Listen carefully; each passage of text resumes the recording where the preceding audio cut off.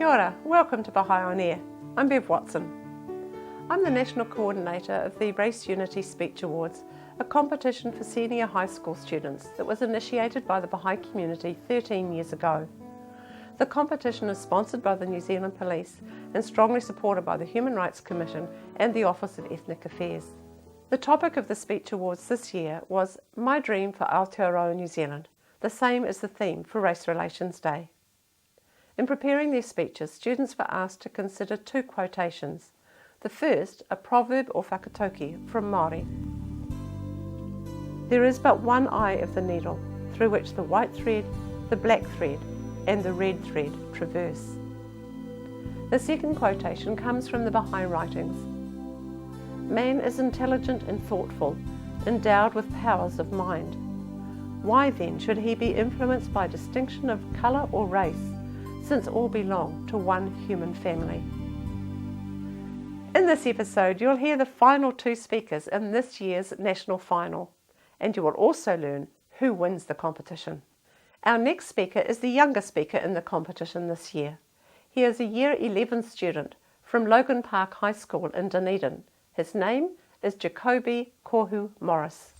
My speech coach, she came and spoke to me about this great opportunity about Race Unity and the speech awards for the Baha'i community, and I said, well, yes, because I thought that the Māori quote and the Baha'i quote were something that I could really resonate with, and I thought doing a speech on that would be quite easy because, you know, something that you feel so passionately about is easy to talk about. My views are that we should reaffirm the points of the Treaty of Waitangi, because I believe that we have to reaffirm those intentions, because they are good intentions of everyone working together. But I think we should properly address biculturalism before we can address all of the benefits and get all the benefits of multiculturalism. Tēnā koutou katoa, ni hao, talofa lava, g'day mate, ladies and gentlemen, good evening to you all. Imagine there's no countries. It isn't hard to do. Nothing to kill or die for, and no religion too. Imagine all the people living life in peace. Now you may say that I'm a dreamer, but I'm not the only one. I hope someday you'll join us and our world will be as one.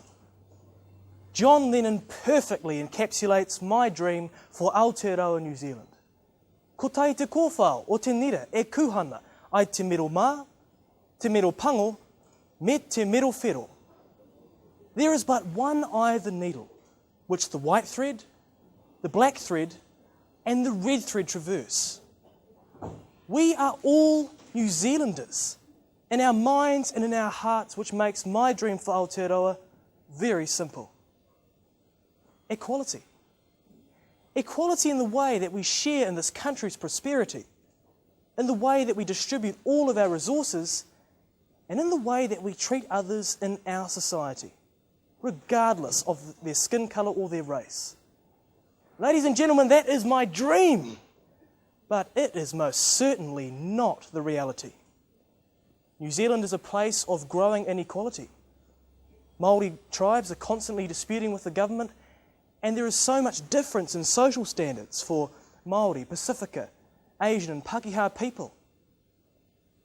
That is why I'm standing here to call for major change on a local, regional and national scale. Because I believe that New Zealand can become a vibrant hub of global comradeship, where everyone, regardless of their skin colour, their race, their background, they can get ahead without the scar that inequality leaves deep in our communities. We must stand united as one nation today, because the response that we make to today's problems, that will determine the impact on tomorrow. You know, our ancestors, they came to New Zealand in search of a more prosperous life. But conflicts began to arise. Battles and wars broke out, and before we know it, the Treaty of Waitangi was created in an attempt to install the vital fortitudes of trust, peace and liberty. New Zealand's people, they had the right intentions. You know, we all stood together in a single mission of trying to create a united nation that looked forward to the future with hope. But what started out with good intentions ended up being totally confused, because the world was rapidly changing. And New Zealand had to realise this, or we'd be left behind. Our ancestors did realise this, but in their efforts they didn't quite complete the whole mission. And that is why I'm standing here to suggest to you all that we must reaffirm the same good intentions of Te Tiriti o Waitangi. Because going forward we must be recognised as one nation, of one united peoples with shared ancestral roots, shared backgrounds and shared histories. Otherwise, this country will continue to go down that same road of inequality that we are today. I don't want to let that happen. This is my home. This is your home. This is our home. Every single fibre of every single thread, they all, whether it's black, white or red, they all traverse together. And that symbolises every person, every family and every ancestor of the races and cultures that contribute to making New Zealand such a diverse, vibrant and multicultural nation. And I believe that every single one of those people, they matter and they count. Because we were all created equal. And we always will be. And now, ladies and gentlemen, it's time for my own little Martin Luther King Jr. moment. I hope you're sitting comfortably. We must never be judged by the colour of our skin, the language of our tongue, or the beliefs of our faith, because that is not who we are, and that is not what we do. Recognising this will play an integral part in creating the kind of unity that is so desperately required to heal the wounds of our unjust past. Because how can our kuia weave all of our people together in a bond of strength, harmony and resilience if the virus of inequality continues to spread and sicken our society? The reality is this country was built on the base of foreign immigration, which, don't you think in itself, recognises the need for racial equality? Before we can fully embrace all of the benefits of multiculturalism, we must take a step back and fully embody all of the principles and responsibilities of biculturalism. Māori will always have a special place here in Aotearoa. We are the unique tangata whenua, the people of the land. But we must also welcome in all the new people to our shores, the manuhiri, because the influx of new people brings a wealth of fresh ideas, new innovation, and the sharing of culture, experience, and knowledge. But the influx of new people also brings bitter conflict, bitter disagreement, and bitter unrest. And that is why it is our responsibility to ensure that we can see past these conflicts. I have 3 words: sort it out. And I have 3 solutions. 1, we must hasten the treaty settlement process. Why? Because there's a process of healing. Māori are beginning to share their accounts of the early history that built this nation. I believe that if we learn from our past, we can correct a suit for a more prosperous future for everyone. 2, we must pump all of our resources into equalising social standards to ensure that everyone of every race has the same opportunity to succeed in our society. And 3, we must celebrate all of the races and cultures that make up New Zealand to exemplify that vibrant hub of global comradeship that we aspire to be. United we stand, but divided, ladies and gentlemen, we fall. And as a small country, how can we afford to be divided? How can we expect our country to perform competitively abroad if we are at war with ourselves at home? We must stand together to implement the desperately needed changes that I discussed earlier to ensure that we can be truly prosperous. Now, you may say that I'm a dreamer, but I don't think I'm the only one, because I believe that whatever colour you are, black, white, red, indigo, pink, we all enter the same eye of the needle. He aha te mea nui o te ao, he tangata, he tangata, he tangata. Tēnā tātou katoa. I'm thinking about going to law and politics over the next few years. I've applied at Youth Parliament and won a seat for Winston Peters. So, you know, that's a great opportunity. It's really a great experience. I'm really happy to be here. You know, there's some great people in there, and just hearing their views about race relations is something that I'm really enjoying. And the debating in there got quite heated, but it was really fun at the same time. And I think it's great that we have the support of the Human Rights Commission. Every year we have a panel of 5 judges who are provided with guidelines as to how we would like the competition to be judged. This year they were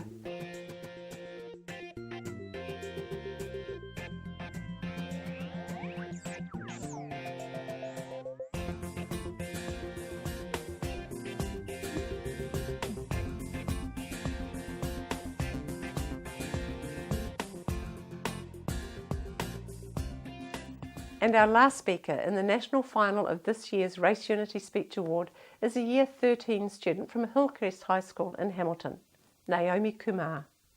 I'm a bit nervous, but I'm sure everyone is at this stage in the competition, and everyone's just been incredible so far. So for me, it's really about the experience of coming together with a good group of young people to really promote and talk about issues that affect us in the community. I think it's really important, especially since New Zealand's got an ever-changing demographic of young people, old people, migrants, newcomers, Māori, and we are a massive melting pot, so it's quite important to take difference into account when we're interacting with individuals in our communities, making policy, advocating for youth, advocating for people, and all up it just leads to the betterment of society as a whole. I think when you're passionate about an issue, something that really affects you and people you know, it's easier to formulate thoughts and opinions and put that on paper.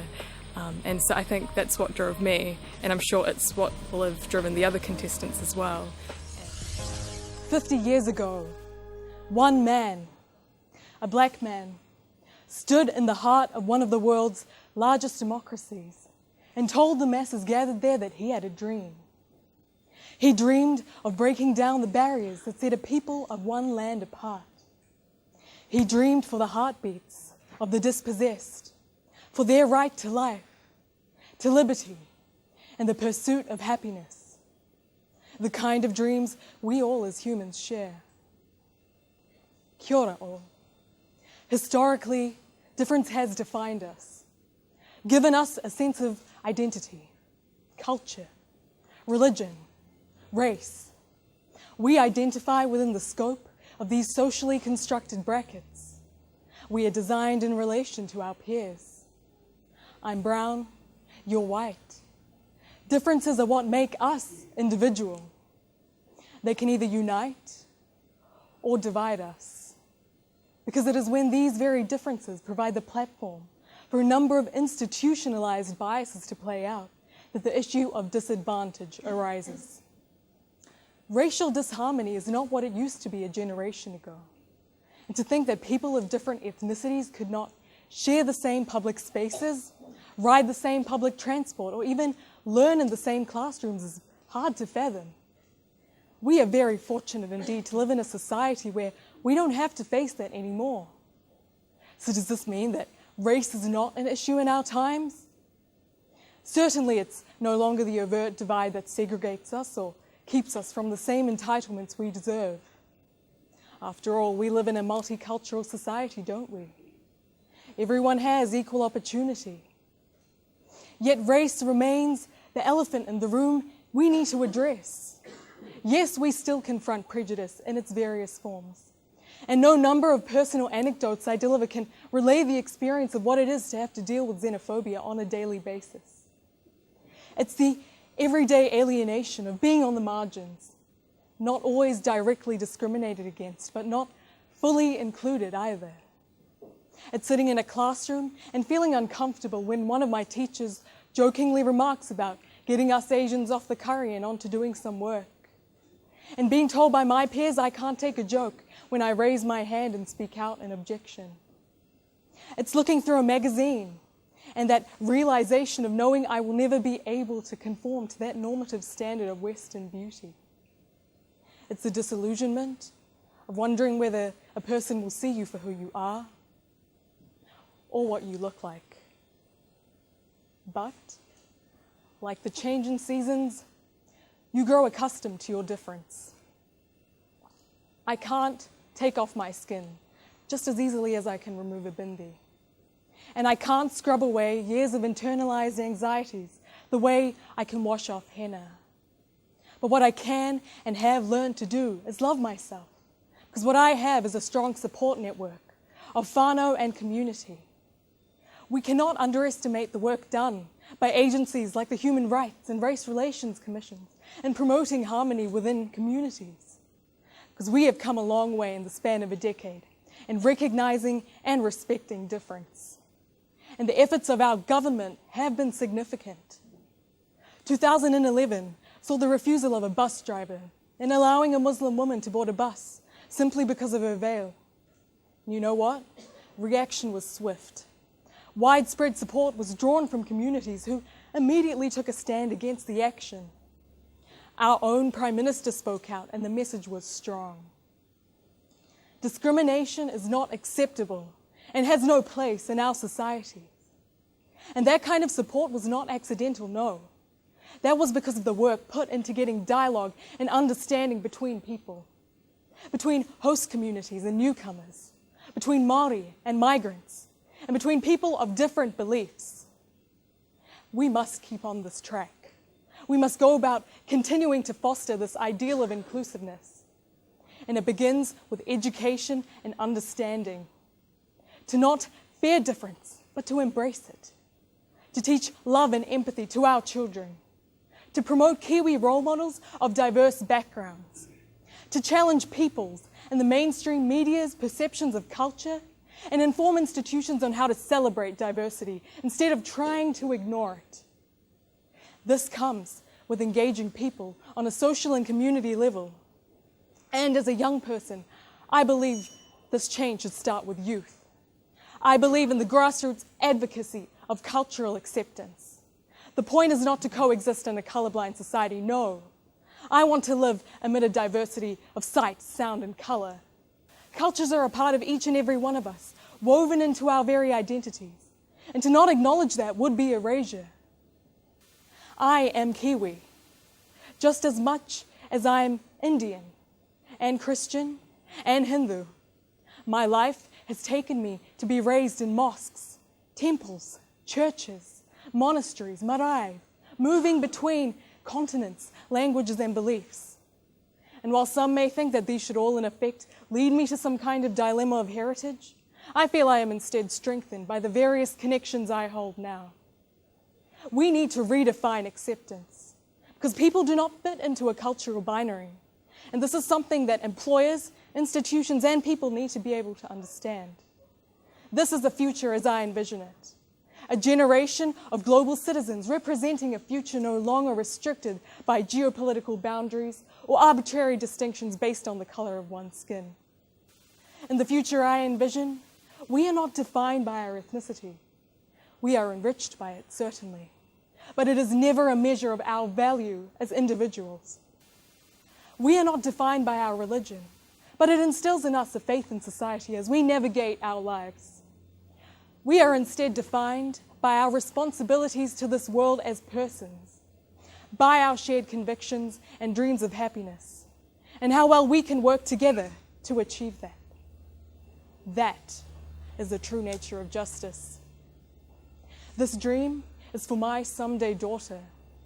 Whatever strangely beautiful hue or feature she may possess. I came to New Zealand as an outsider, but for her it will be different. I experienced the disconnect.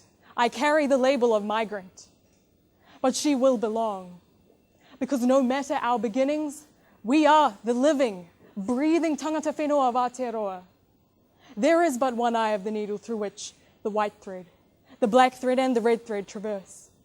But what of the brown thread and the yellow thread? Each of us are the threads in this fabric of a collective human partnership.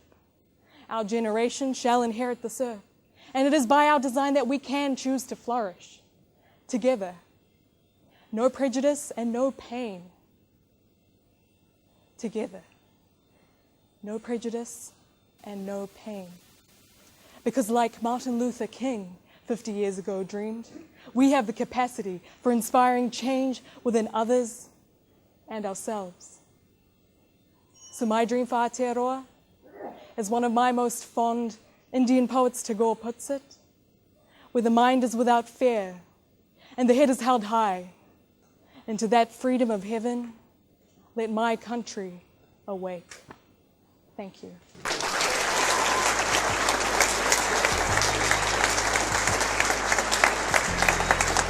Seeing other people go up and talk about experiences and talk about their personal views on this issue is, for me, the most important thing, because when you're getting dialogue and understanding between people, that's when you start to motivate change and inspire actions.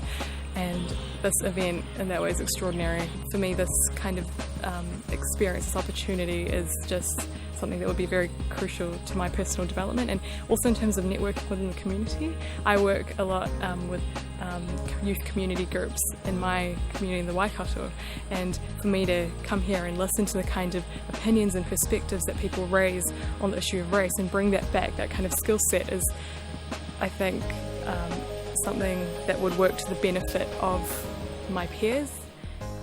Right before the results of this year's competition were announced, the national winner from last year, Rima Shinoy, a Year 13 student of Queen Margaret College in Wellington, formally returned the shield that her school had been holding for the past year.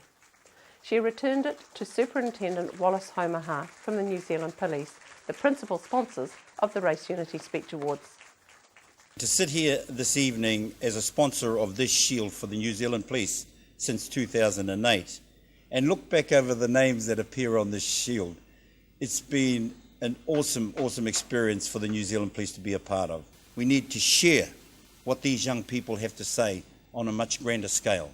And there are people out there just, who should listen. And just before we announce the results of this year's competition, here's a little flashback to each of our 8 wonderful finalists. Ki ngā tini mate, ngā mate huhua te wā kua he moi ngāra, I ngā wiki, I ngā mārama kua pāhuri ake nei, moi mai, o kia ki mai ai koutou. I believe in education. Education at home, education in schools, and education in our communities. We need to learn more about our various cultures. It is a cruel realization to face that you are already born into a world bound by prejudice.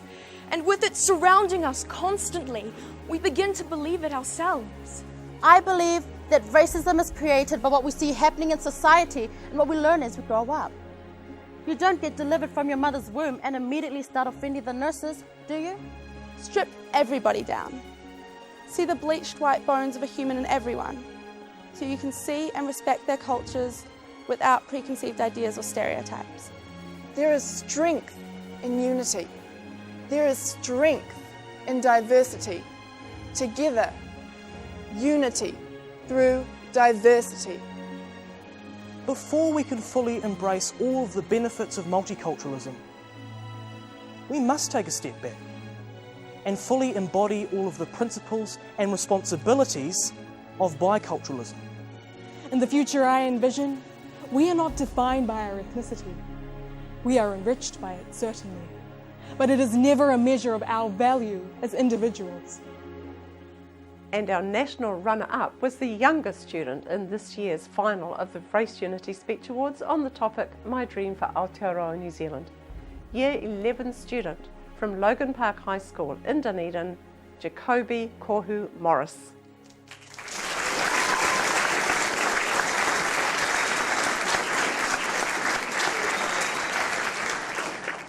For someone so young, for someone who's travelled probably the furthest in terms of this final, to present us with views that were so clear and and comfortable in the use of your language, both te reo and in English, and the ability to reach every single one in this room.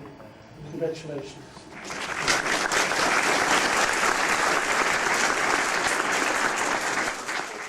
And the winner is Naomi Kumar, a Year 13 student from Hillcrest High School in Hamilton, with a wonderful speech.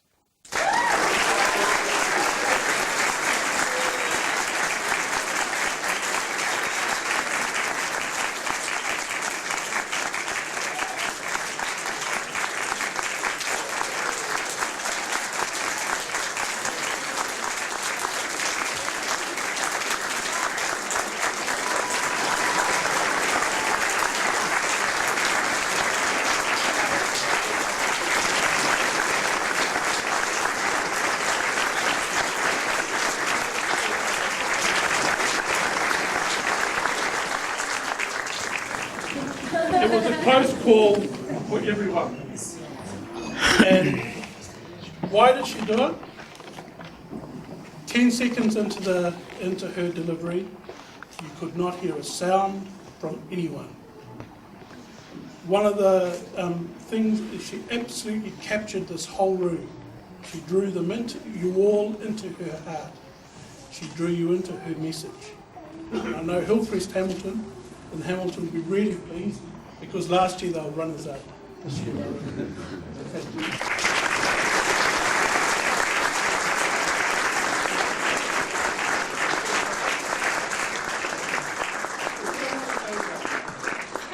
I'd just like to say I feel very, very privileged and honoured to be up here as a recipient of the trophy this year. It's been a very long journey, but I really couldn't have done it without the support of my community, my school, my family, and the beautiful, beautiful people I've met along the way. And everyone, I think, everyone can agree with me that we're all winners, really. I mean, the fact that we've come up here as a group and talked about personal experiences and how it's relevant to us youth, us people as a whole. Yeah, just it's amazing. Thank you. You've just been watching the finalists in this year's Race Unity Speech Awards, a competition for senior high school students initiated by the New Zealand Baha'i community 13 years ago. The competition is sponsored by the New Zealand Police and strongly supported by the Human Rights Commission and the Office of Ethnic Affairs. We hope you enjoyed the speeches of these wonderful young students who every year manage to really impress us with the depth of their thinking and their insights into issues around race relations in New Zealand. We hope you'll join us again next time. Ka kite anō.